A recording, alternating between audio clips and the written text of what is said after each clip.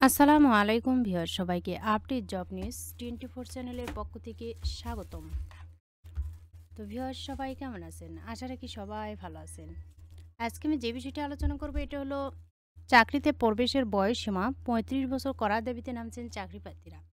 কবে থেকে আন্দোলন শুরু হবে এ সম্পর্কে ভিডিওতে আমি বিস্তারিত বলে দেওয়ার চেষ্টা করব। তবে ভিডিওটি শুরু করার আগে আপনাদের কাছে একটা রিকোয়েস্ট থাকবে। আপনি যদি এই চ্যানেলে নতুন হয়ে থাকেন তাহলে প্লিজ সাবস্ক্রাইব করবেন এবং পাশে থাকা যে বেল আইকনটি রয়েছে তাতে অলে ক্লিক দিয়ে রাখবেন, যাতে আমি পরবর্তী ভিডিও আপলোড দেওয়ার সাথে সাথে সবার প্রথমে আপনার কাছে নোটিফিকেশন চলে যায়। এছাড়াও আমি আমার চ্যানেলে নতুন নতুন ভিডিও আপলোড দিয়ে রেখেছি, চাইলে দেখে নিতে পারেন। তো চলুন দেখি। এটা প্রকাশ হয়েছে 16 আগস্ট। সরকারি চাকরিতে প্রবেশের বয়স সীমা ৩৫ বছর করার দাবিতে ফের আন্দোলনে নামছেন চাকরি প্রার্থীরা। আগামীকাল শনিবার 17 আগস্ট শাহবাগ জাতীয় জাদুঘরের সামনে সমাবেশের ডাক দিয়েছেন তারা। বেলা ২টায় এ সমাবেশ করা হবে বলে জানা গেছে। দাবি মেনে নিতে দ্রুত প্রজ্ঞাপন দেওয়ার আহ্বান জানিয়েছেন তারা। চাকরিতে আবেদনের বয়সসীমা ৩৫ প্রত্যাশী সাধারণ শিক্ষার্থী সমন্বয় পরিষদের ব্যানারে এই কর্মসূচি পালন করা হবে। জানা গেছে, ফেসবুক কেন্দ্রিক বিভিন্ন চাকরির গ্রুপে এ বিষয়ে প্রচারণা চালাচ্ছেন চাকরি প্রার্থীরা।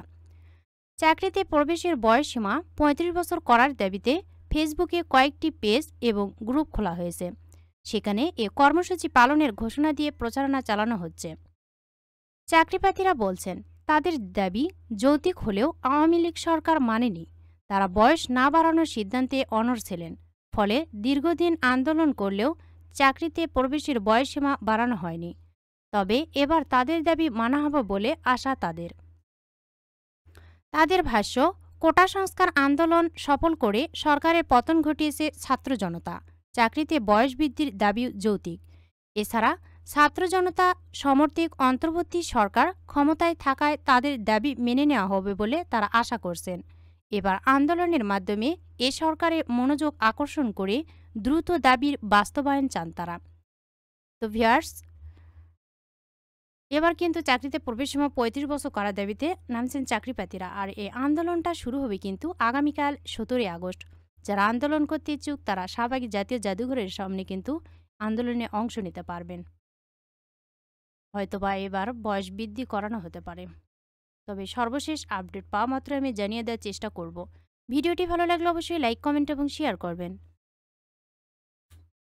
আরও নতুন নতুন ভিডিও পেতে চ্যানেলটিতে অবশ্যই সাবস্ক্রাইব করে রাখবেন। এতক্ষণ ধৈর্য সহকারে ভিডিওটি দেখার জন্য সবাইকে ধন্যবাদ। সবাই ভালো থাকবেন, সুস্থ থাকবেন। আবারও দেখা হবে নতুন কোনো ভিডিওতে। আজকের মতো এ পর্যন্তই। আসসালামু আলাইকুম।